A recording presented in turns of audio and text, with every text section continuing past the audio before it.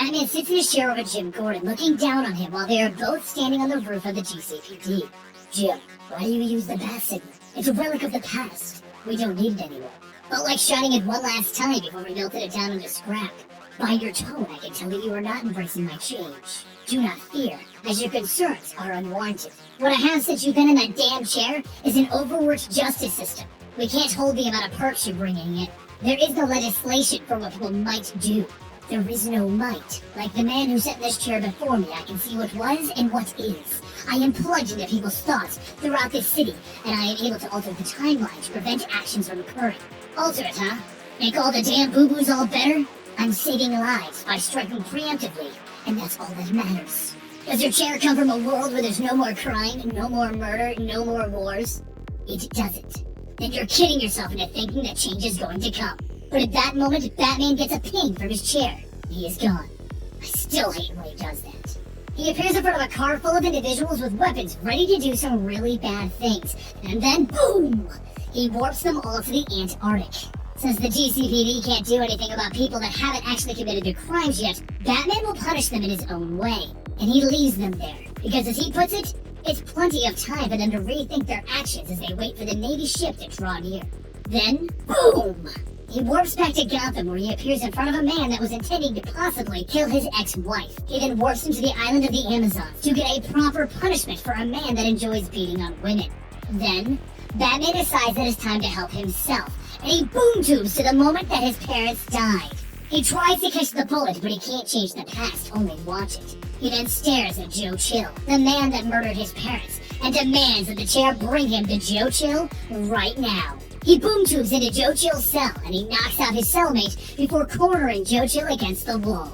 Joe tries to call for the guards, but Batman puts up a sight and sound shield, preventing anyone from hearing what's going on. He demands to know what it's like living behind bars. Does he feel that he deserves better? Does he feel that he is beyond this? He then boom tubes Joe Chill to the alley where he killed the Waynes, and Joe tells him, "Yeah, I did it. I killed those blue bloods right here in this alley 20 years ago. That night, I had the power of life and death, and I'm probably that little boy's boogeyman right now."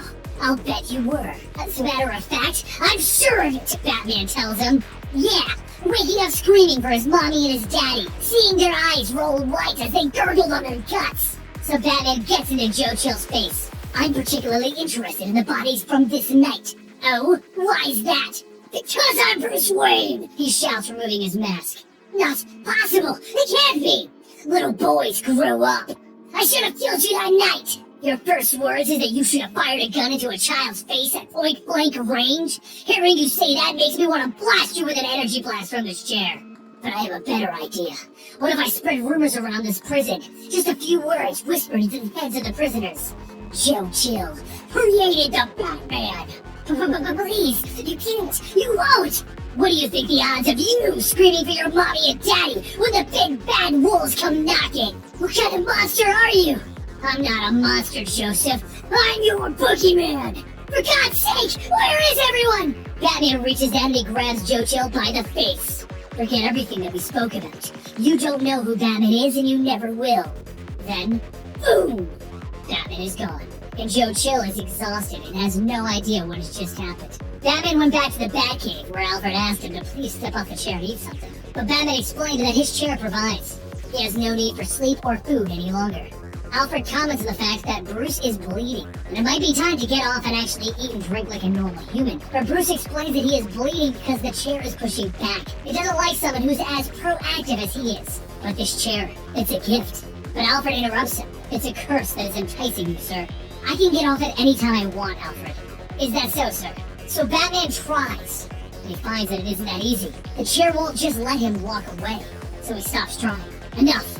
If remaining in this chair allows me to be the perfect Batman 24 hours a day, 7 days a week, then so be it. An absolute Batman dealing absolute justice. And thanks to this chair, I will be able to narrow my focus from the many to the one. And that is Batman's tie-in issue to the Dark Side War.